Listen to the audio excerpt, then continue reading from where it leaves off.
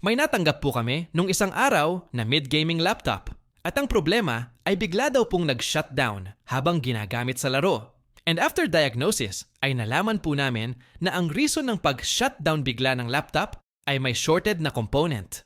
At pagkatapos po namin masolusyonan ang problema ng pag-shutdown ay may isa pa palang problema ang laptop. At ito po ay ang kanyang power button. Ang issue po ng power button ay minsan ay okay, ngunit ang madalas po ay hindi. Hindi po ito naisama sa presyo ng aming napagkasunduan dahil hindi rin po namin alam na may problema pa po sa kanyang pindutan ng power. At ang isa po sa iniiwasan naming mga technician ay yung mga ganitong senaryo, yung tipong tapos na ang usapan pero sa bandang huli ay may iba pa palang issue.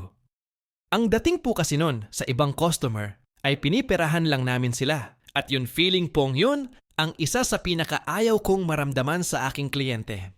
Ang problema pa naman po sa ganitong klaseng laptop ay ang kanyang power button ay kasama sa kanyang keyboard. Kaya kung magpapalit ka ng power button, ay kailangan mo na rin palitan ang buong keyboard. At alam naman po natin na bukod sa pricey ang keyboard ng mga gaming laptop, ay sobrang hirap pa nitong baklasin at ikabit. Kaya nakaisip po kami ng ibang paraan na hindi na kailangan pang palitan ang buong keyboard. At ito ay sa pamamagitan ng pag-convert sa power button gamit ang isa sa mga pindutan ng iPhone. Medyo tricky lang po ang paraang ito, pero ang resulta naman po ay parang hindi dumaan sa conversion process ang keyboard. Malambot at ramdam mo pa rin ang click sound sa pindutan. At ang pinaka-importante ay hindi na po natin napalitan ang buong keyboard, dahilan para hindi na rin lumaki ng doble ang gastos ng ating kliyente. Sa unang tingin po, ay parang madali lang itong ginagawa namin.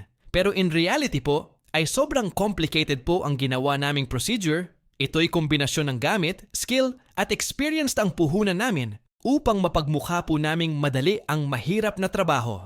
Kami pong mga cellphone technician ay naglalaan ng pondo at panahon para mag-aral at mag-ensayo ng mga makabagong paraan sa pagkukumpuni ng inyong mga cellphone at mga gadget.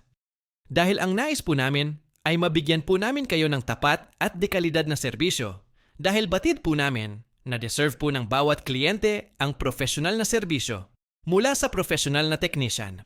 Tulad po ng iba, hindi rin po kami perpekto, ngunit makakaasa po kayo na ibinibigay po namin ang pinaka-best namin sa abot ng aming makakaya.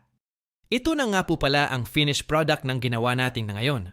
Labis-labis po akong nagpapasalamat sa inyong lahat sa ipinapakita niyo pong suporta sa ating tahanan.